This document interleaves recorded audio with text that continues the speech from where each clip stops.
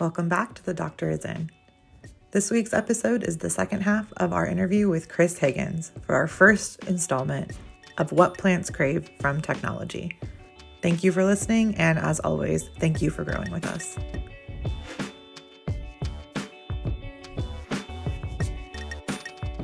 Okay, so a few things. One, to answer your question, the tomato greenhouse that I may have visited in 2010, how it has changed to today is it's now a cannabis greenhouse. That's a good answer. That's a good answer. Number two, one of the things that I learned from you early on is that you told me one time, one of the first questions that I ask a potential new customer or client, if you're consulting, is who's the grower? Is there a grower? And then if they say, oh, we don't have one yet, or that'll be easy, we'll figure that out later. You just kind of like, okay, call me back when you have that person, right? Or you tread lightly, right? Yep. Until they have that person. And that was one of the first questions I learned to ask potential new clients. And certainly, there have been many projects that we actually didn't pursue, right? And we said, hey, I really think that you need a grower, to help you make these decisions. Or if they had a grow consultant, it's like, okay, well, that's something, but probably what's going to happen, right, is you're going to have this grow consultant and this is the way that they grew. And then you're going to finally hire that full-time grower and they grow a totally different way. And they weren't there helping make decisions. And everything is just going to be upended, all the decisions you made, right, because they're going to change everything. And so even that we are cautious about. And it really has surprised me. It hasn't been a lot of people, but enough people to surprise me that say that's going to be easy. Yeah. And it's like, that's going to be the hardest thing that you have to do in this endeavor. I mean, do you come across people that make sort of that flippant comment? Well, not as much in the last couple of years as I would agree with that. I would agree with that. Yeah. Much less, but it's still there. And usually my experience on the food side is it's usually starting with somebody who's enamored by the romanticism of farming, right? Mm-hmm. There's still some of that. Farming can be romantic until you farm, right? and then it's really hard work. Yeah, then it's really hard work. You don't get any vacation. And I think for me, that's what I've noticed is that is kind of gone away. I think on the food side, where I think we're changing faster maybe than the cannabis side because the margin dollars are so much smaller, right? That these guys are like, whoa, this was a little bit harder than I thought it was. And I think that for that reason, they've learned to bring a grower to the table pretty quickly. And I would say this, that there's a lot of people out there right now that are a bit down on vertical farms. And I understand why they're saying that. Mm-hmm. But at the same point in time, I work with a lot of vertical farms that have been successful. Yeah. And the one thing they all have in common is that they stayed small because they knew they were servicing a niche market. And the other thing was that the owner was the grower, and he usually had angel investment money. It was either his money or it was friends and family, and they had to make it work, right? Yep. And so, but I could always tell how well the guy knew his farm when I was talking to him, because the guys who were successful knew how everything was plumbed. If there was a problem, they knew exactly where to go to fix it.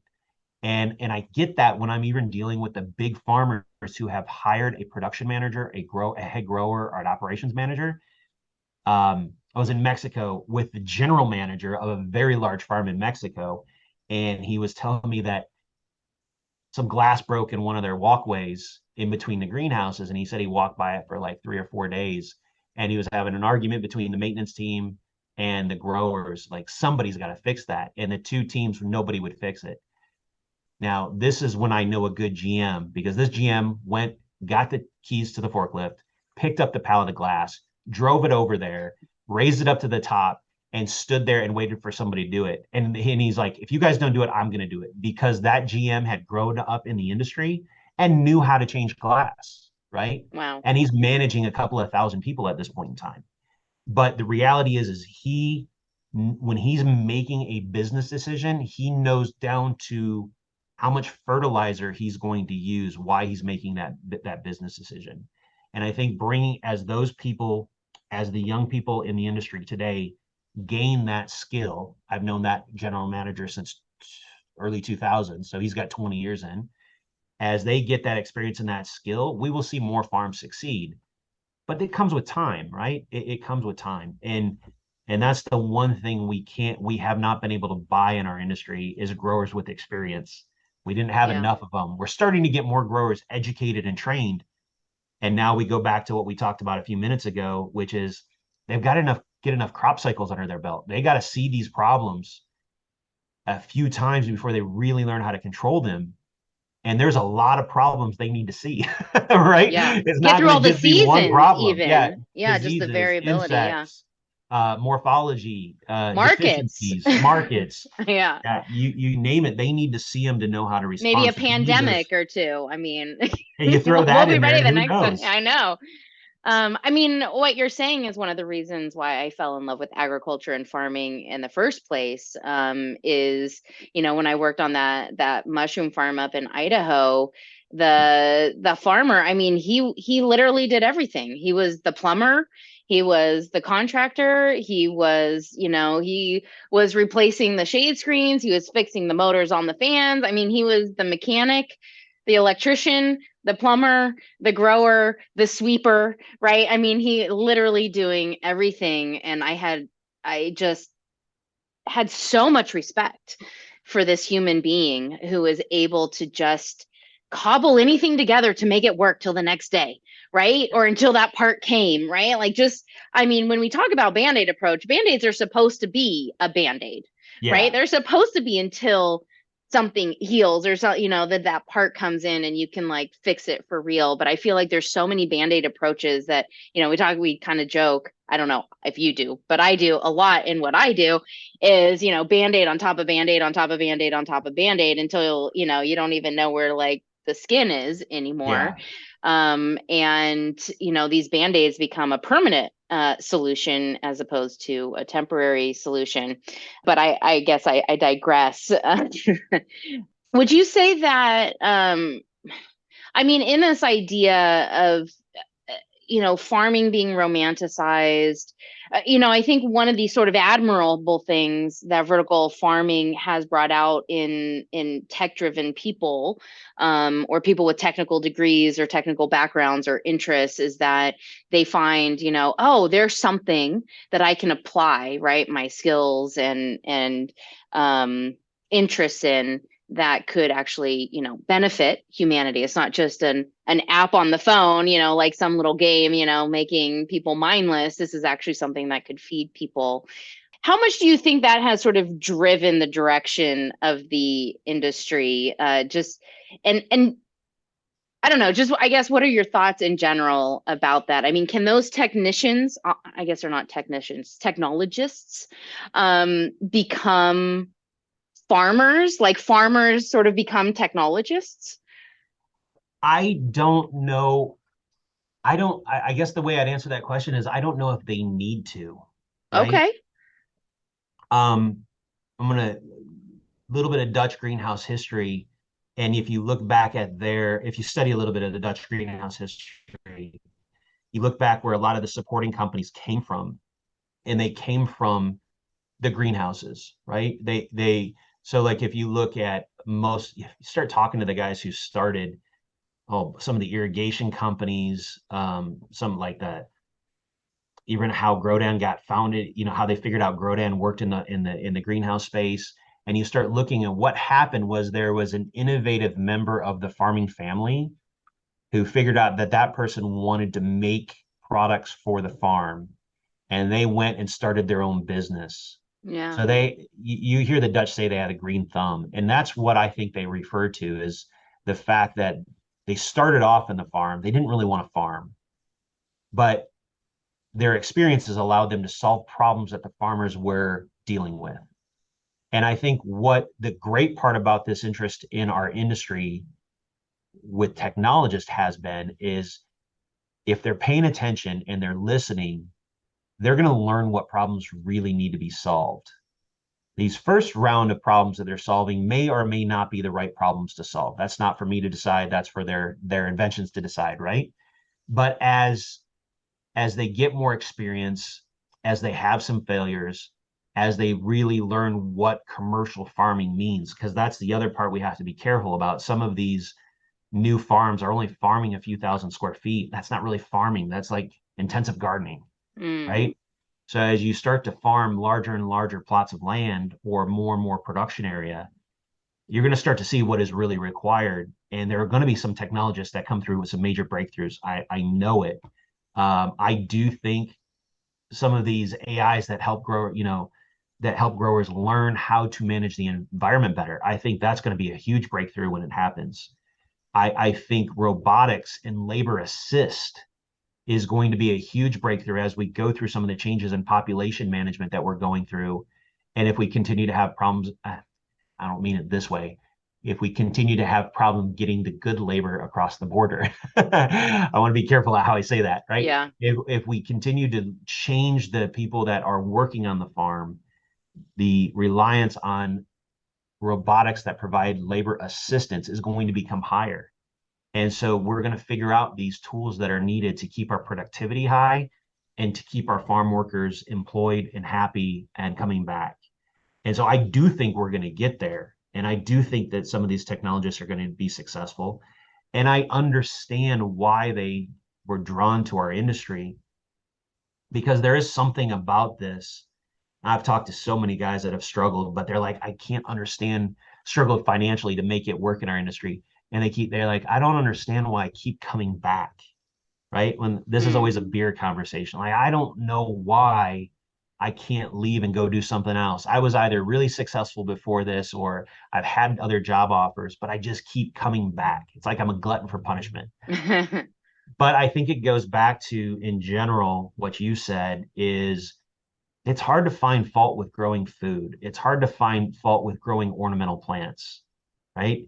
Oh, what do you do? I make your yard look more beautiful. Yeah. That sounds like a pretty admirable position, right? Yeah. Oh, what do you do? I help people improve their diets. Oh, that's again a fairly admirable position. So it's easy to understand that side, why they start off being interested. And then I mean, you and I go to the same events, we go to the same shows, we have the same friends, right?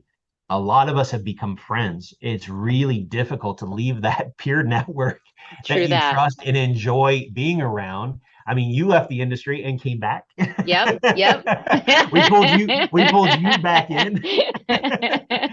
Willingly. Willingly, yeah. And so it's one of those things where I think the tech was something, and I can speak for myself in saying this, I never wanted to go back to my grandparents' farm and work. I would have never considered that as a career option. I never really wanted to work with my brother on the greenhouse. But when I started to see this path forward where there was this technology play, not because I was interested in tech so much, but I was looking at this way that everything I found so scary about farming as an industry or as a business, here was a way where I was believing that there are ways to de-risk that entire venture, right? I know when I first started HortAmericas, one of the things that I thought I was going to be able to do for sure, and this is definitely, I was wrong on this one. I thought for sure I was going to make it possible for family farms to be profitable again. That was like one of my initial mission statement lines. And then the reality is what happens. All of a sudden we got all this big capital coming into the space. Like, yeah. I was so far off on that. But that was, those were the things that kind of brought me in. And, I think my wife would agree, this has provided us an excellent lifestyle for almost 25 years. Hard work, but anytime you're in an area where, where you're working on a relatively high volume, low margin product and you're part of that supply chain, it's going to be hard work. I don't care what business you're in. It's going to be hard work. I read an article on the Packer on Sunday that said, For every dollar of produce at the retail aisle, only 14.5 cents stays with the farmer. 85% of that dollar is with the retailer or the broker, right? And when only 14.5 cents of that dollar stays with the farmer, and we're trying to push tech through that farmer, right, to sell food, really, how much can that farmer afford to invest in? Wow. That's a depressing thought. I knew the number was low, but I'm not sure I realized it was that low.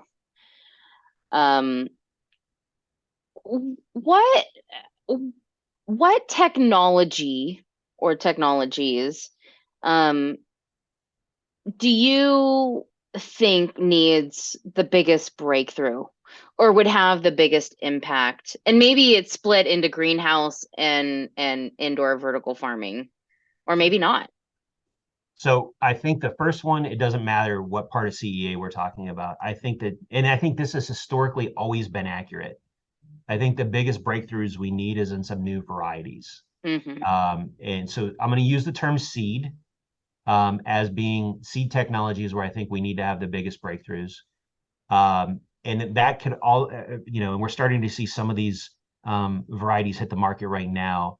But, resistant varieties to tomato brown rugose as being an example of something that is needed to help these farmers be profitable again.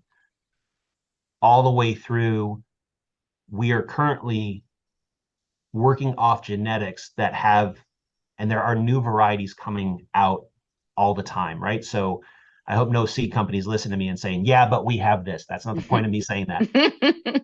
We have been working with varieties that were bred for a certain type of climate, right? So when we talk about lettuce, we were breeding those varieties for high light, warm day, cool night environments, coast of California, right? Yeah, yeah. Winters in Yuma.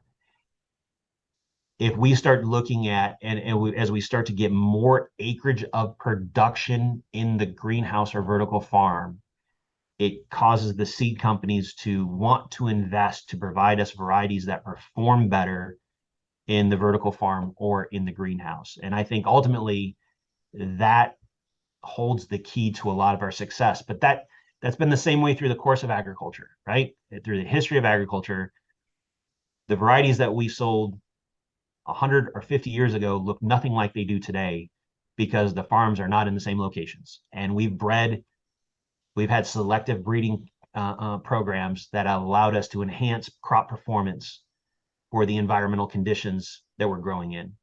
And we just need more time in the CEA space to catch up. That for me being the number one tech.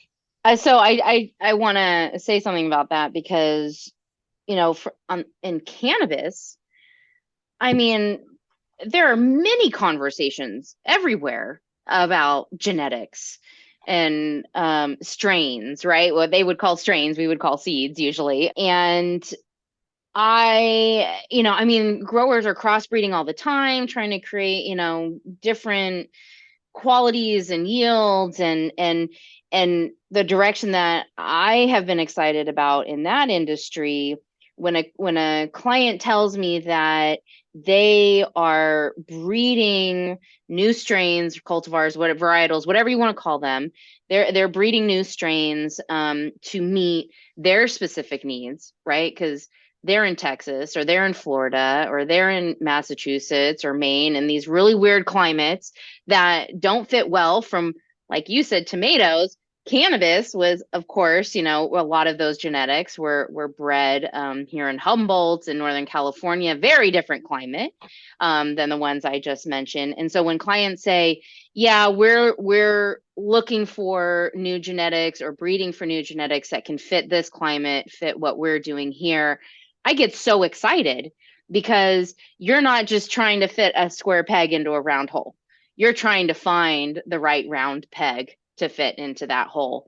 And what I also find that's really interesting, I know we mostly are talking about veggies, but in kind of a parallel, I mean, again, I feel like we hear a lot more about genetics and breeding on the cannabis side, and even at the grower level.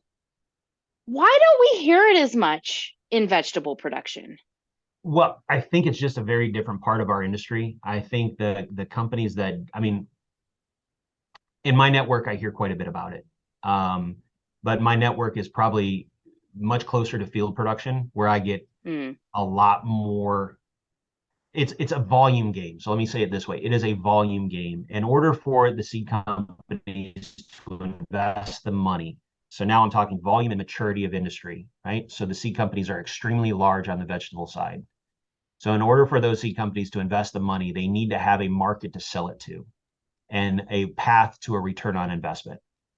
So they're watching the industry and they say, okay, well, you only have X amount of acres, and your seed consumption is X amount of pounds per acre per year. I don't know if that's going to work. But as the industry gets bigger and there's more farmers using, potential farmers as customers using their seeds, you're going to see more and more development. Now, in my opinion, you shift over towards the cannabis industry and you still have an industry that, let's call it legally, commercially, is relatively young, right? You're talking what, 20, 25 years. And you have one that's been segmented by state, very difficult to do business interstate or intercountry. Where on the veggie side, there's 3 or 5 companies that control 90% of the seeds around the world, right? So Mm. you've got a lot more maturity in the market. And on the cannabis side, I think it's still more of a small market where everybody's kind of doing their own thing. Nobody's been able to scale up, whether it's mainly because of legal or legislative issues. They haven't been able to scale up and take these things globally and cause that sort of uh, uh, um, consolidation within the industry. Right now, it's still a very segmented industry, and I think that's been cannabis in general. Same thing on the floriculture side, Mm. right? We've already seen on the floriculture side, we've already seen the scale up. We've gone through a decade of consolidation, and now we have the really big, we have the really small, and we don't have a lot of guys in between. And veggies, same thing, really big, really small, not a lot of guys in between. Cannabis, on the other hand, even the really big aren't that big, It's true. It's right? true. In comparison to the other types of farms that are out there, they're really big from a production footprint. The really big aren't that big. Yeah. So is there a risk? Okay, so we're advancing seed technology to fit these new climates or these new scenarios where maybe we're growing, in these vertical farms at these light levels and densely packed together. And it's really hard to move air through there and humidity control and all these things that I think about. Is there a risk that as we're developing the like lighting technologies and doing research around lighting and around like maybe climate control or irrigation or whatever, and then we have, the seed technology improving, is there a risk that they're going to be like two ships passing in the night, like the things that we're trying to develop here on like, I don't know, lighting, mechanical, irrigation tech and Yeah. seed tech, that they're just like all of a sudden they're not going to match? I don't know if they're not going to match. I don't know if certain attributes will be as important, let's Mm, say. okay. I can talk a lot about the lighting side, right? Yeah. And I think, like, if vertical farming ever takes off, we are going to find ourselves using varieties that require less light intensity, I hope so. right? So Yeah. I don't think there's a way. If we look at what's happening in Europe today with the increased energy costs today, based on global geopolitical issues today, it tells us that we can't get too dependent on energy to produce food if we are ultimately trying to solve the world's problems of food in 2050, right? Yeah. Those things don't go. So we have to find a way to do more with less, right? Less reliant on fossil fuels, less reliant on energy. And now today, I talked to you about when I started the company, what I got excited about. Now I start talking about what I get excited about is really that environmental sustainable aspect of farming and how can we do more with less.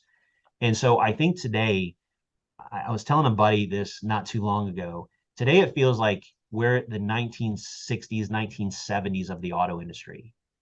All the Hmm. cars that are really popular in the 60s and 70s, they had really big engines and they went really fast and they were really big. And then comes the 1970s and we have an oil issue, right? Yep. And then all of a sudden we get really successful Japanese car companies that are bringing in smaller cars that are more efficient. And gradually, the US car buyer moved towards those smaller, more efficient cars and away from the average car buyer.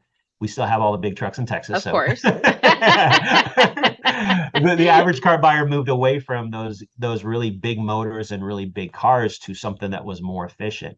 I kind of think we might go through that in the auto, and I think we might go through that in the indoor farming industry as well. Right now, and I'm lumping cannabis in this. Every cannabis grower that I talk to, every vertical farmer I talk to, more power, more power, more power. I want to go faster. I want to push more yield. Yep. I think long term, that's a very difficult thing to maintain. And I think we're going to figure out how to do that more efficiently. So I think it's likely that some of the problems that you and I are trying to solve, when we look at, and you work on HVAC, it's like I create the heat that you have to remove. Yeah, you do. Thanks a lot. It's a good partnership, actually. It is. When we look at it that way, I think what will happen is that I'm hoping that the problems that you and I are trying to solve will actually become a little bit easier and a little bit more realistic. Because I've been super excited about the LED lighting space in terms of how efficient we've gotten. We don't got a lot of gains to go to. We're starting to hit some of these theoretical limits, right? I think we have a lot on the HVAC side as we get the money as an industry to invest in designing HVAC that's plant specific, plant production specific, rather than taking building systems and applying them to a farm. Yep. We actually develop farming systems. So that for me is pretty exciting. But I don't think we're going to be two ships passing in the night. Okay. I think the indoor cannabis farms and veggie farms of today will be museums in 10 years. I don't think it'll look anything like it does 10 years from now. Interesting. Do you think there would be a retraction of these large scale vertical farms? Like you said, like you were really excited when you were getting started to helping the small farmer, right, be profitable and successful, and how wrong you were because all the money went, big capital went to big farms. Okay, I'm gonna crystal ball you here, like from 10 years ago to today. I mean, could there be a retraction to smaller farms rather these large scale vertical farms, or do we still have to keep these large scale vertical farms in order because of economies of scale to be profitable?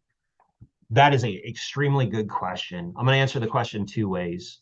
Okay. The first part is I think the large farm has to exist because of the fact that retailers demand a certain amount of volume, and we have fewer and fewer retailers out there, right? There's less and less grocery store chains every year, right? This year, Kroger and Albertsons are going to merge if they get approved.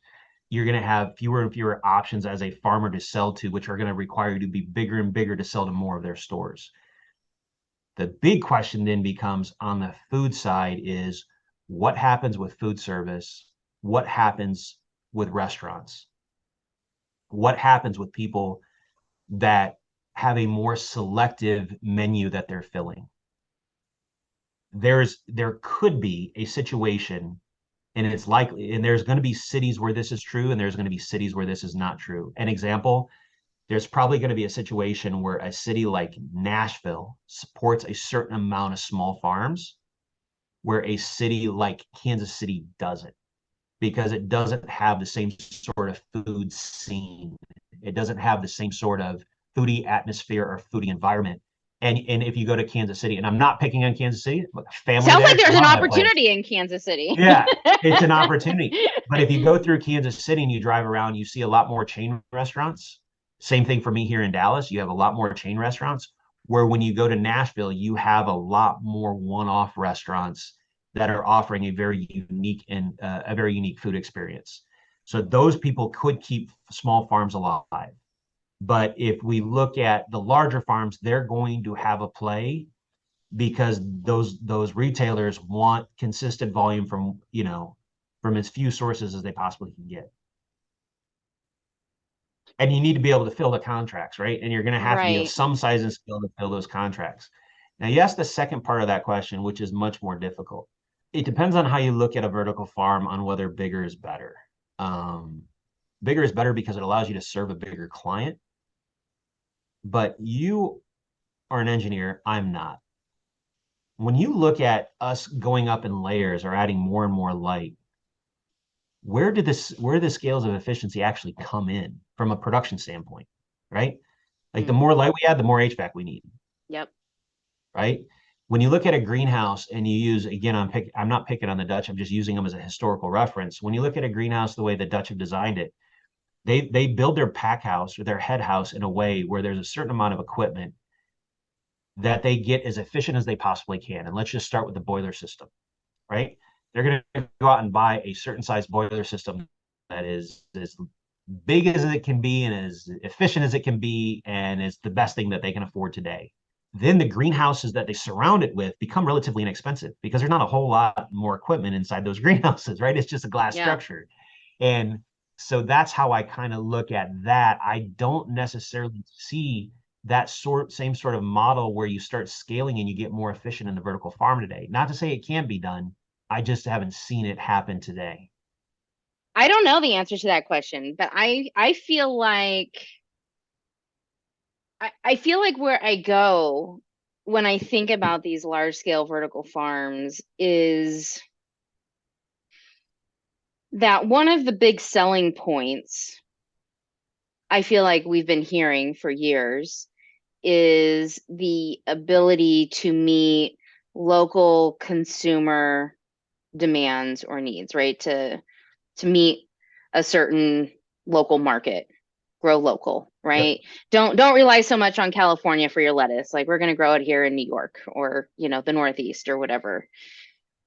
But as soon as they start getting so big, it seems like they're not serving that local market anymore.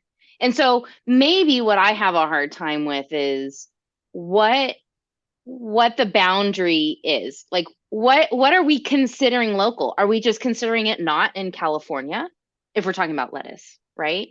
Are we talking about it not being Mexico and, if it's tomatoes? Like what is local? Is it really, should we? And so I just feel like there's sort of like this disingenuousness, I guess, in those claims. Yeah, I think there's probably a lot of people that agree with you. I don't think the USDA's changed it. I could be wrong, but the USDA had once defined local as 150 miles from source, right? That sounds right. Yep. And so to me, I've always used that. When somebody asks me the question, what is local? 150 miles from source. Now, what I have realized, and again, I'm not saying this is good, bad, and I'm not passing judgment. Like in Texas, what is local? Well, the Texas Department of Agriculture tells you what local is because if you grow in Texas, they provide you a Texas grown sticker that you can use, and that is local. Now, for anybody who's traveled Texas, 150 miles from my house does not take you across the state of Texas. Hell no. Right? And I think the same thing would be said if you were a California person buying the California grown brand and you were living in Sacramento buying product from San Diego. Exactly.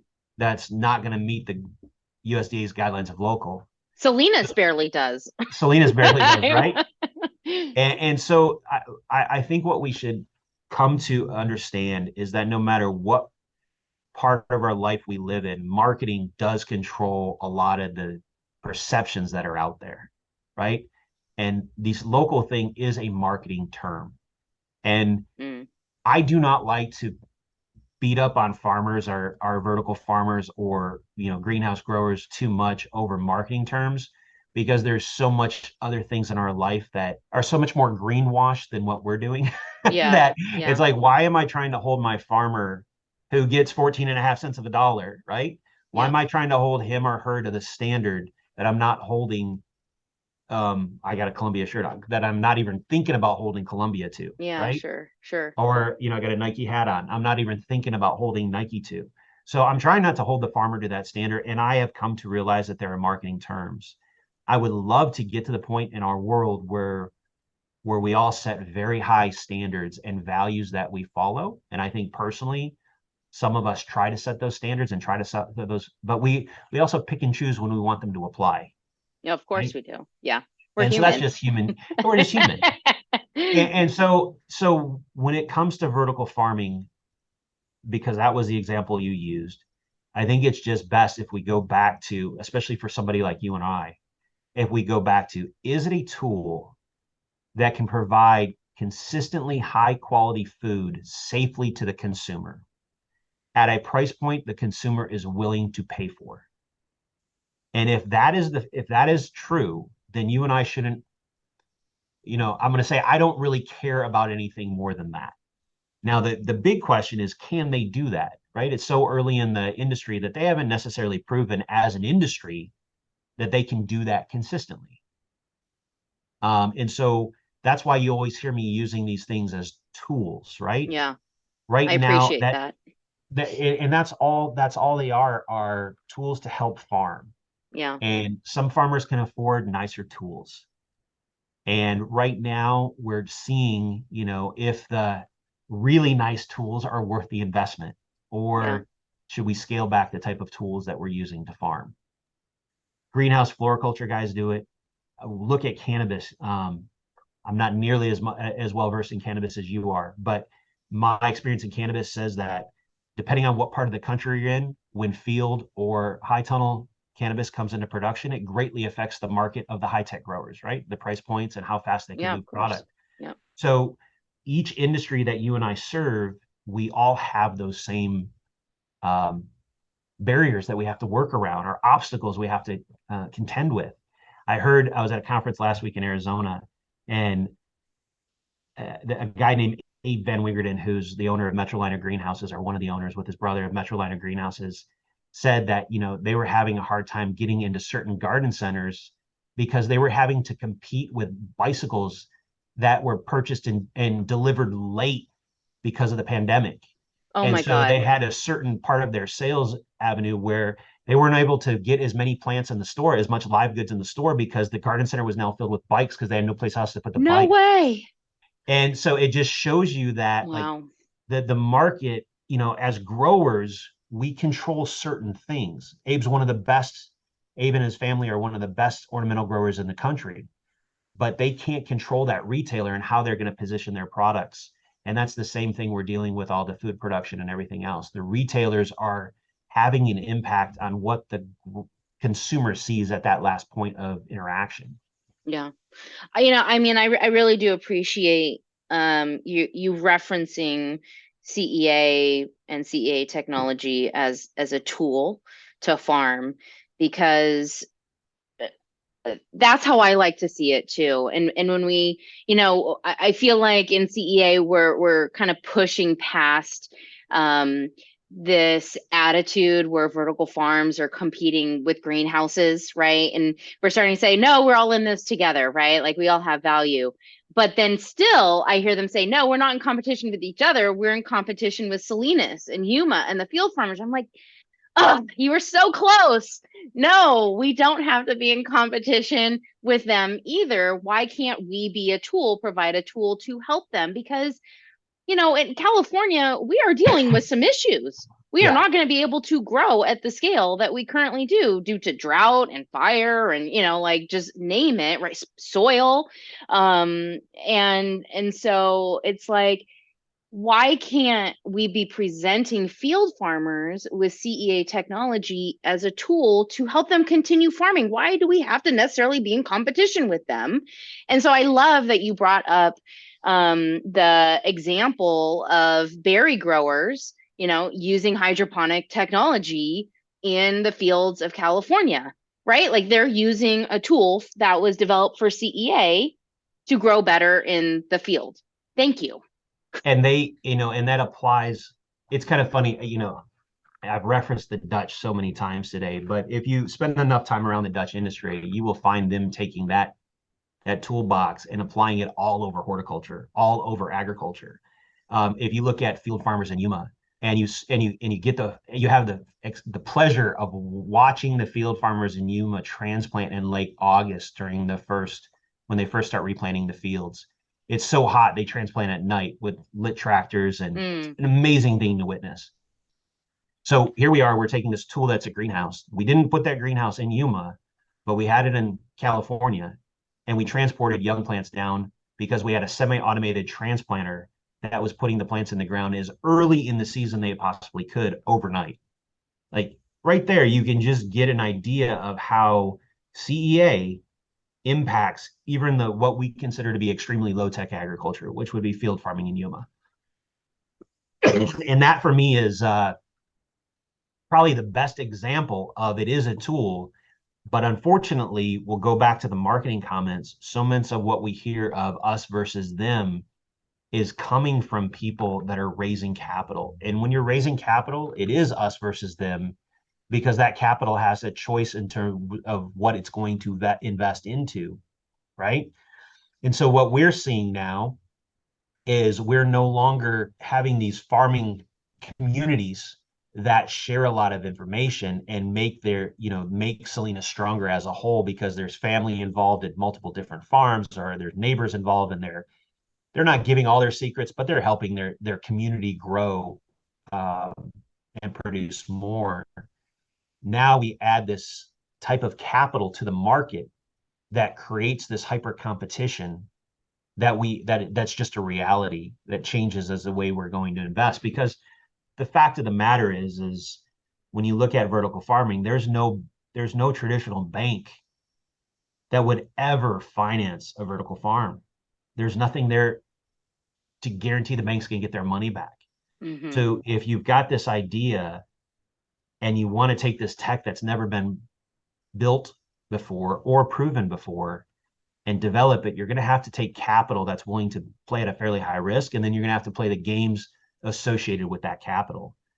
And so that's why we're seeing that. I'm glad that we are getting a few more years in the industry, and we're starting to see people realize they can't do everything themselves. It's just now starting to happen. You're starting to see a little bit more sharing. I was on an advisory meeting for a USD funded herb grant today, and I had 3 of the bigger CEA herb growers on the call, and they were starting to share. Like, it was like, okay, starting to hear a little bit of talk about shared problems, starting to hear a little bit of talk about shared references. It's still early. It's coming. We just need to be patient patient and understand where their money's coming from. Right.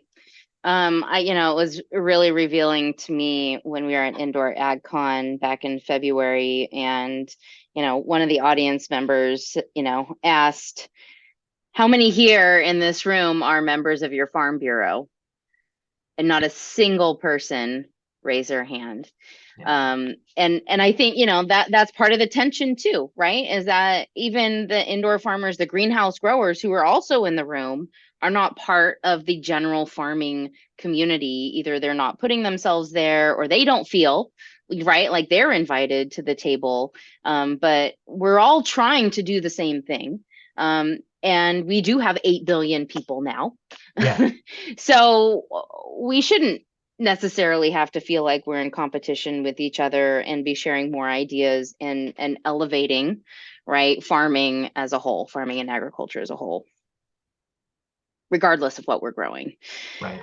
And the Farm Bureau, I mean, as conservative as it is, I will say, is, the trade is a trade organization that, CEA can tap into for resources and for, I guess, lobbying, even for governing relationships, and shouldn't count them out as, I don't know, as a partner, as a supporter. Yeah, I think what you'll find is I honestly think you'll start to see people migrate towards the associations that identify by crop, right? So like the Strawberry Growers Association, or I don't know of a lettuce growers association, but on the berries, there's grower associations. There's and when you're in Mexico, you've got multiple tomato grower associations. And when you're down there, you do see the CEA folks with the field folks, right? There's certain problems that are very, very different, but when you're dealing with issues like labor or energy or fuel prices, those are things that we all share in common. It's just to what degree. So you do see it, and I think what we'll see is maybe we'll all be challenged in an environment like Indoor AgCon, where our competitors are sitting right there.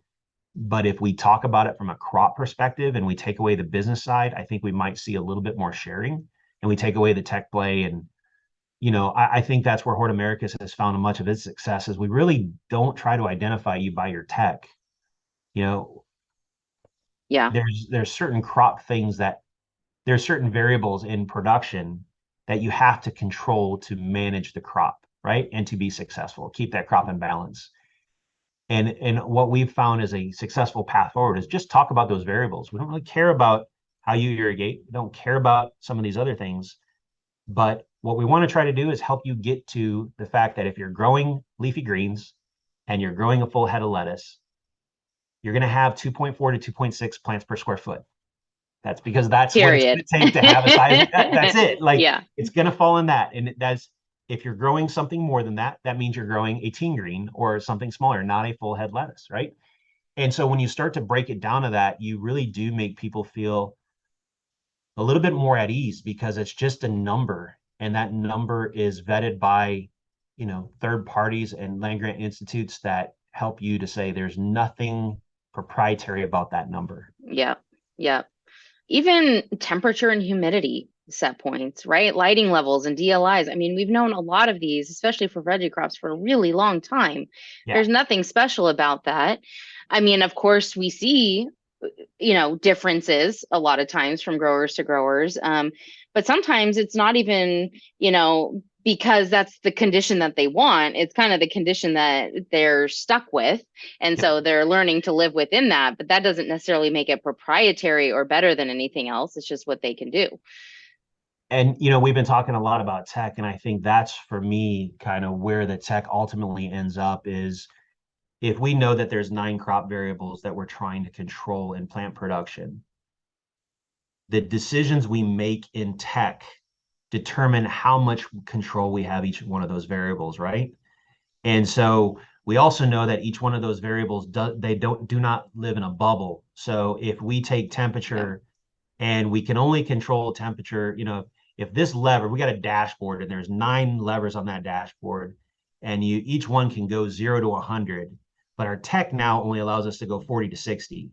But on, that might be for the temperature lever, but on the humidity lever, our lever really only allows us to go to 5 to 10, which means our temperature lever can't really go that much further because they're all intertwined, right? Yep.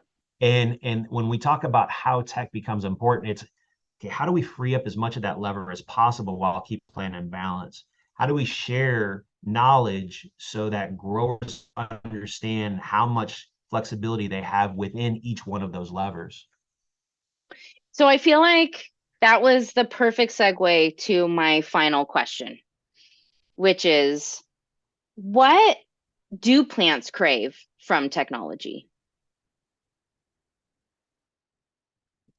Well, great question. That's all you're gonna get.